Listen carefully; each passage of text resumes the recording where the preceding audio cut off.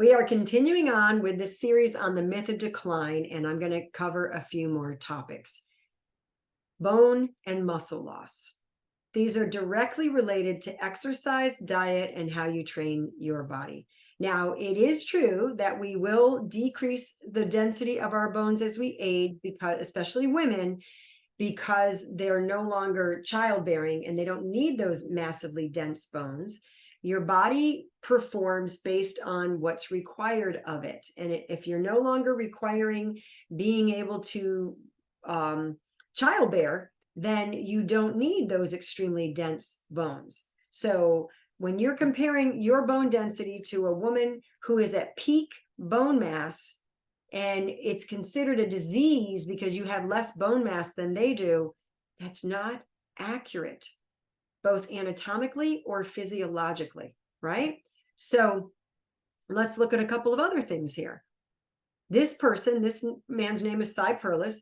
At the age of 91, he bench pressed 187.2 pounds. He set a new world record, and this was in June of 2013.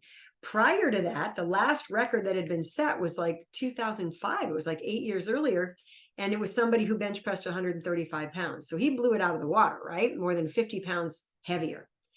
Now, here's the kicker. This man did not begin weightlifting until he was 60 years old. And he did not start competing until he was 86 years old. So it's really important that we understand it's not an age thing.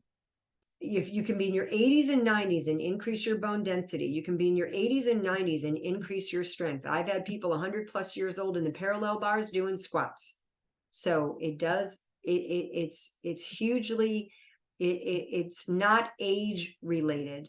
It's diet, how you train, and of course your mindset. And I'll go into that in a future part. But I wanted you to understand this, right?